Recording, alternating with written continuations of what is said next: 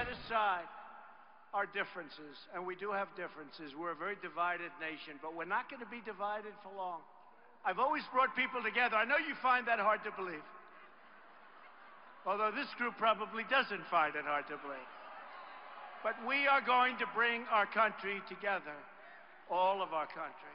We're going to find common ground, and we will get the job done properly. And welcome back to Hannity as we continue. We're in Cincinnati, Ohio tonight, where President-elect Donald Trump and Vice President-elect Mike Pence are on their thank you tour, and the Vice President-elect joins us now.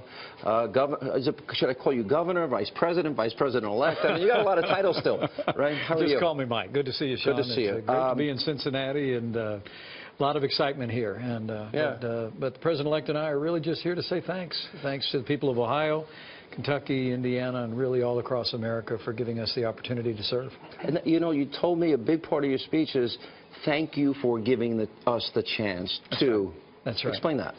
Well, I'm going to say to the people tonight, thanks to you, we're going to have a president who will unleash the boundless potential of the American economy by cutting taxes, rolling back regulations. Thanks to you.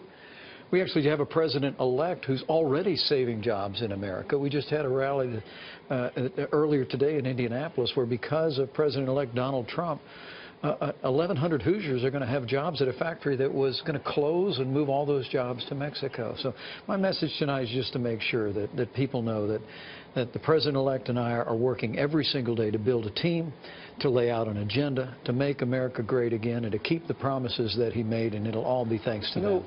That's not insignificant, because otherwise it would have been 1,100 families going into Christmas. That's right. Not knowing their future, worried about their mortgages, their cars, their kids going to college. Yeah. That's a big deal. And on top of it, I was interested that the CEO actually said they're investing $16 million more in the plant there, and maybe $35 million more total in the state. Yeah, I have to tell you, it really was remarkable to watch the President-elect's exercise leadership in this case.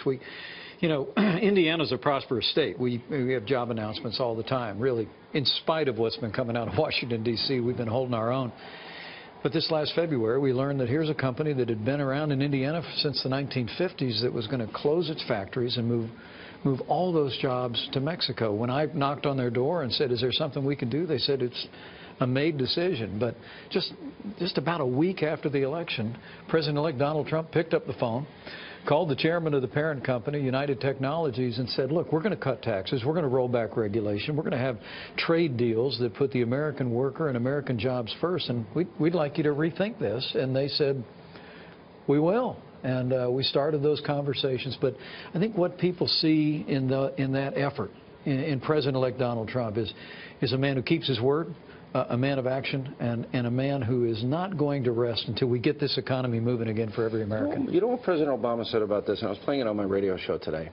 What's Donald Trump going to do? Wave his magic wand? And I thought about it, and I said, no, what he's going to do is what you didn't do. He's going to pick up the phone and call. Right. And were you there for that call? I'm interested. Did you hear any?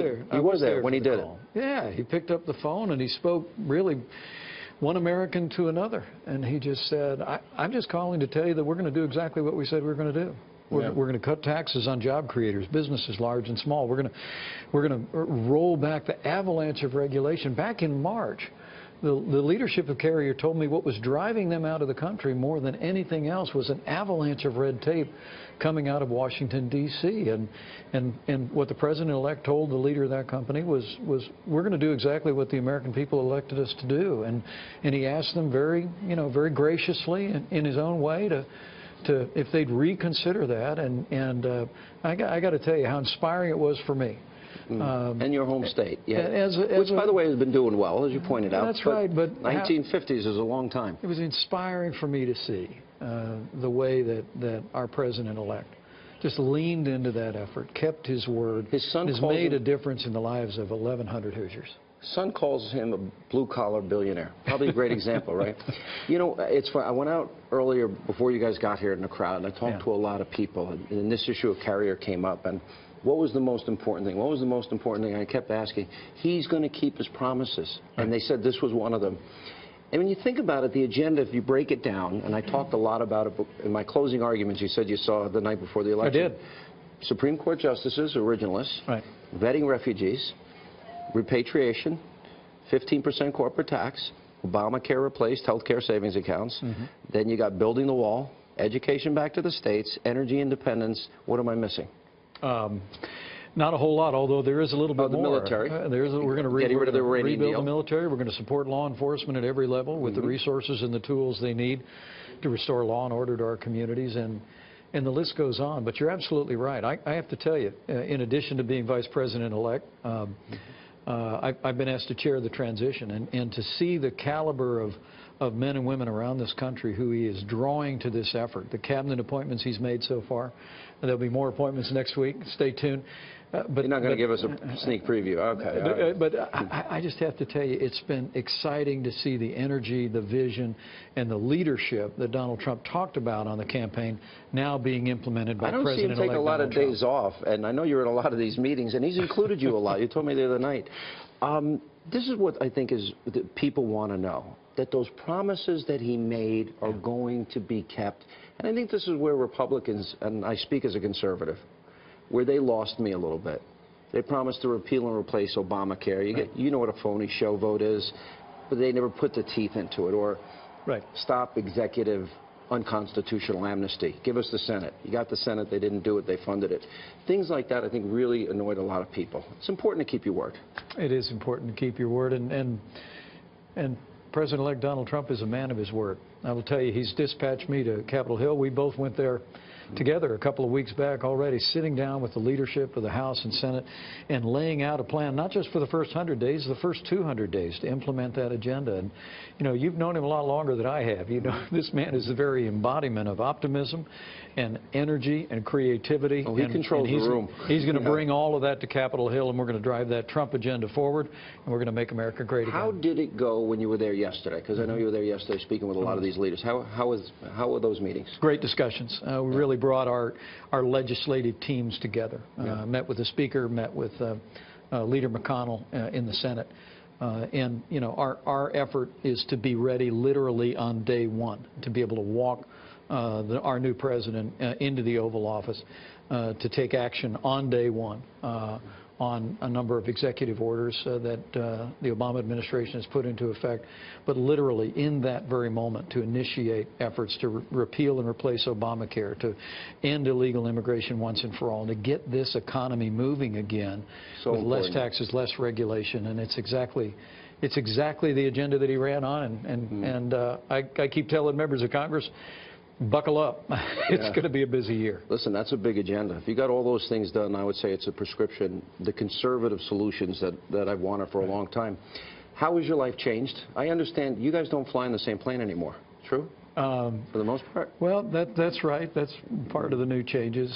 But how else has your life changed, to the extent you can share it? Well, in many ways, it really hasn't. You know, this was just about a 24/7 campaign for us before. My family and I poured our hearts and souls into this. The greatest privilege of my life. But as you said, there wasn't any vacation after Election Day. We were, first thing, the morning after the election, we were all rolling our sleeves up, standing by our president-elect and helping to build a government that can begin to implement that Trump agenda on day one. And frankly, the energy, the enthusiasm, the optimism that just emanates out of our president-elect is contagious, and it's going to carry us all the way to January 20th, and I think carry us to a great, great term in the Congress. I didn't have enough time to ask him a little bit about foreign policy.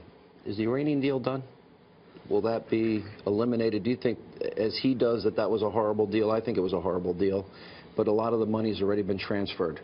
Right. And I don't believe that any place, anytime inspections will ever take place. And I don't trust the Iranians. And while that deal was being negotiated, believe it or not, they were chanting death to America, burning the American flag and burning the Israeli flag. Well, the idea of transferring $150 billion back to the Iranians. Nearly $2 billion in what was unquestionably ransom payment is deeply offensive. It was a bad deal, and we've already begun internal discussions. I know the president-elect is going to give very careful consideration to the right way forward, but it all begins by recognizing how deeply flawed the Iran deal is, and laying before him all the best options that'll put the interests of the United States and the interests of our most cherished ally first. Do you know if any countries like Iran, China, Russia, have they reached out? Or you can't say?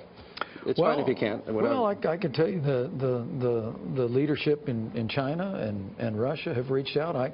For my part, I've spoken to foreign ministers and some heads of state around the country, but frankly, from the day after the election, leaders from around the world were reaching out to our president-elect.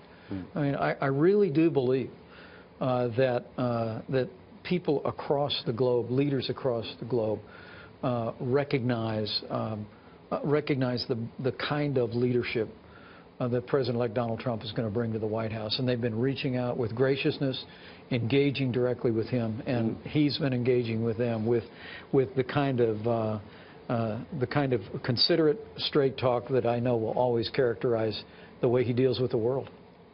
Will we repair our, what I would say is somewhat broken relationship with Israel? I've known Prime Minister Netanyahu for many years. He actually put a blurb on my first book. Will that relationship be repaired quickly? I can assure you that if the world knows nothing else, it'll know this, that America, under President Donald Trump, stands with Israel. He's had great discussions, as I've had the privilege of having with Prime Minister Netanyahu since the election, and we're going to continue to build that relationship. Last question, can we glean anything from all the time you spent both at Trump Tower, New Jersey, on Capitol Hill, that the role of the Vice President in this administration is going to be a pretty active and busy one? It looks like it. Well, I would, I'd leave that to the one person who will define it. I mean, the guy who's been sending you around all the time. My family and I are here to serve. I mean, you have to understand, I'm a small-town guy from southern Indiana, not too far from where we're standing right now. The very idea of having a chance to stand next to our president-elect at such a momentous time in the life of our nation is very humbling for me. And I'm just prepared to serve in any way that I can help him move that agenda that we both know will make America great again. Mr. Vice President-elect, good to see you as always. Thank you so much for being with us. Thank you, Sean.